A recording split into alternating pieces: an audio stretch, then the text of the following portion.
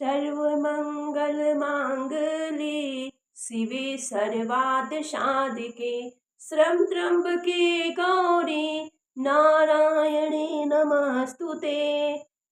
दूसरा अध्याय ब्रह्मचारिणी। दूसरा दिन। दधानं करपद्यां भ्याममाच्छमलाकमण्डलु देवी प्रसीदतु मयि ब्रह्मचारिणी नुतमा। माँ दुर्गा की 9 शक्तियों में दूसरा स्वरूप ब्रह्मचारिणी का है। यहाँ ब्रह्मा शब्द का अर्थ है तपस्या। ब्रह्मचारिणी अर्थात तप की चारिणी, तप का आचरण करने वाली। कहा भी है वेद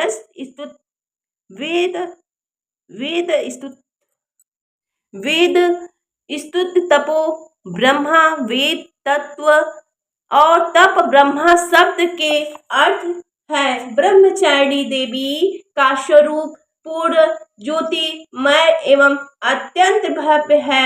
इनके दाएं हाथ में जप की माला एवं बाएं हाथ में कमंडलू रहता है। अपने पूर्व जन्म में जब ये हिमालय के घर पुत्री रूप में उत्पन्न हुई थी, तब नारद के उपदेश से इन्होंने भगवान शंकर जी पति रूप में प्राप्त करने के लिए अत्यंत कठिन तपस्या की थी।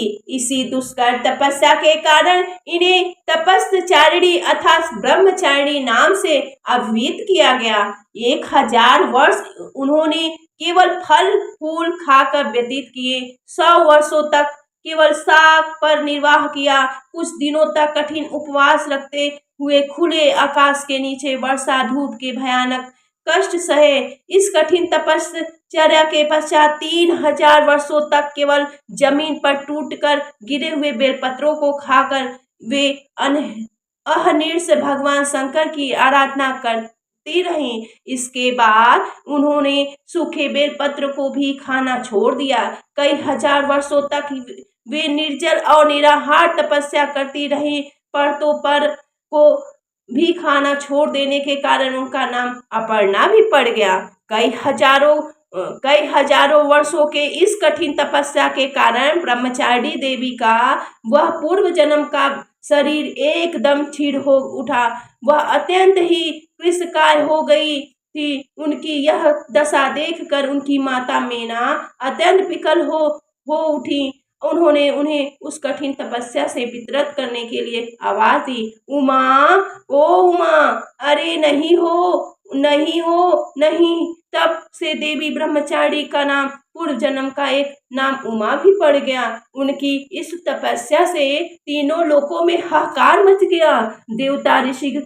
सिद्धगण मुनि सभी ब्रह्मचारिणी देवी की इस तपस्या को अभूतपूर्व पूर्णकृत बताते हुए उनकी सराहना करने लगे। अंत में पितामह ब्रह्मा जी आकाशवाणी के द्वारा उन्हें संबोधित करते हुए प्रसन्न स्वर में कहा, हे देवी, आज तक किसी ने ऐसी कठोर तपस्या नहीं की। ऐसी तपस्या तुम्ही से संभव थी। तुम्हारे इस अलौकिक कृत्य की चतुर्दशी दिक सराहना हो रही है। तुम्हारी मनोकामना सर्वतोभावेन परिपूर्ण होगी। भगवान चंद्रमौली शिव जी तुम्हें पति रूप में प्राप्त होंगे। अब तुम तपस्या से विरत होकर घर लौट जाओ। तुम्हारे पिता बड़ी विकलता से तुम्हारी प्रतीक्षा कर रहे हैं। माँ दुर्गा जी का यह दूसरा स्वरूप भक्तों और सिद्धों को अनंत फल प्रदान करने वाला है।